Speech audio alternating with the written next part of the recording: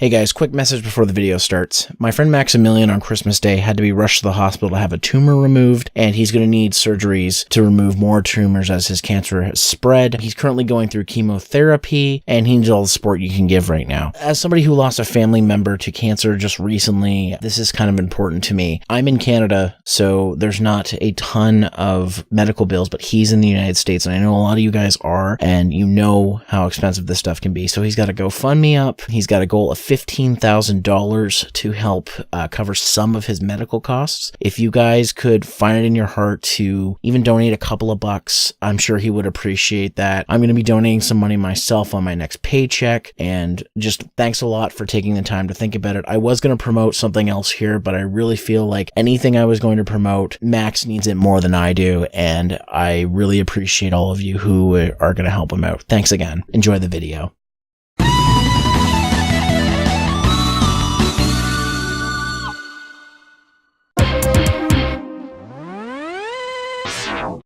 Hey guys, Zero here. 2017 was an awesome year for gaming, and we got a lot of stuff to play. I did play quite a few games, but not nearly as many as you'd think. But I still wanted to talk about some games that I really enjoyed this past year. So here's my top 5 games of 2017. Number 5. Resident Evil 7. Resident Evil is a franchise that sorely needed a reboot, and we kinda got a soft reboot with Resident Evil 7. Now, full disclosure, I've only played the beginning hour, so most of my experience can be chalked up to that. If you want to see me play it, check it out on my Let's Play channel. Links in the description. Even with that brief bit of the game, I really enjoyed what this game brought to the table. It had a creepy atmosphere with a lot of those survival horror elements we expect from the franchise. It was also a huge risk to go from the more familiar third-person gameplay to first-person, since the Resident Evil series has never really done that before outside of Survivor. All in all, Resident Evil 7 is the survival horror game the series has very much needed, and I can't wait to play more of it. Also, the VR version comes with the full game. Take notes, Bethesda. Number 4. Double Dragon 4. The Double Dragon series has seen a bit of a resurgence with the re-release of the original arcade games on Steam and with Double Dragon Neon in 2012. So when Double Dragon 4 came out, I was a bit confused since Super Double Dragon is technically the 4th game. Confusing name aside, Double Dragon 4 is the same classic combat from the other games and a fine addition to the series.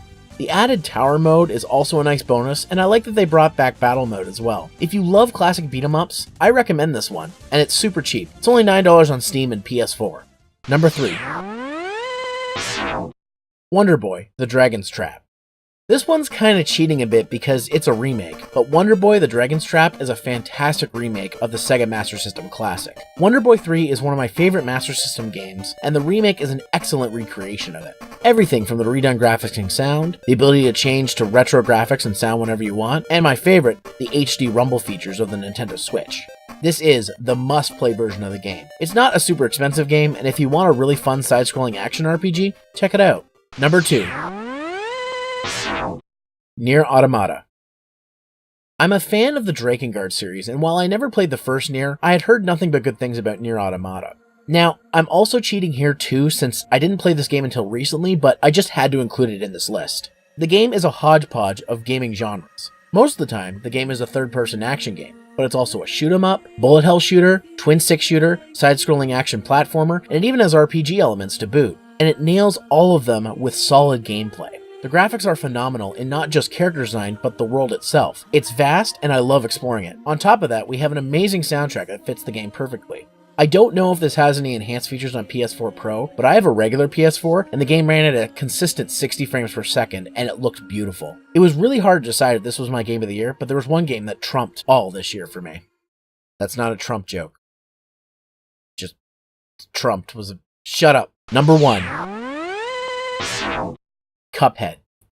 Let me tell you about Cuphead. I've been waiting for this game ever since it was first announced back in 2013. Being a Mega Man fan, I don't need to explain why I fell in love with Cuphead's gameplay, but I'm going to anyways. This game absolutely gets the run and gun gameplay mixed with the awesome platforming you see in games like Mega Man or Donkey Kong Country. The game's biggest selling point is the boss battles, and by God, these are fantastic. I'd be foolish not to talk about the art style and music, which very much match the 1930s cartoon aesthetic they were going for.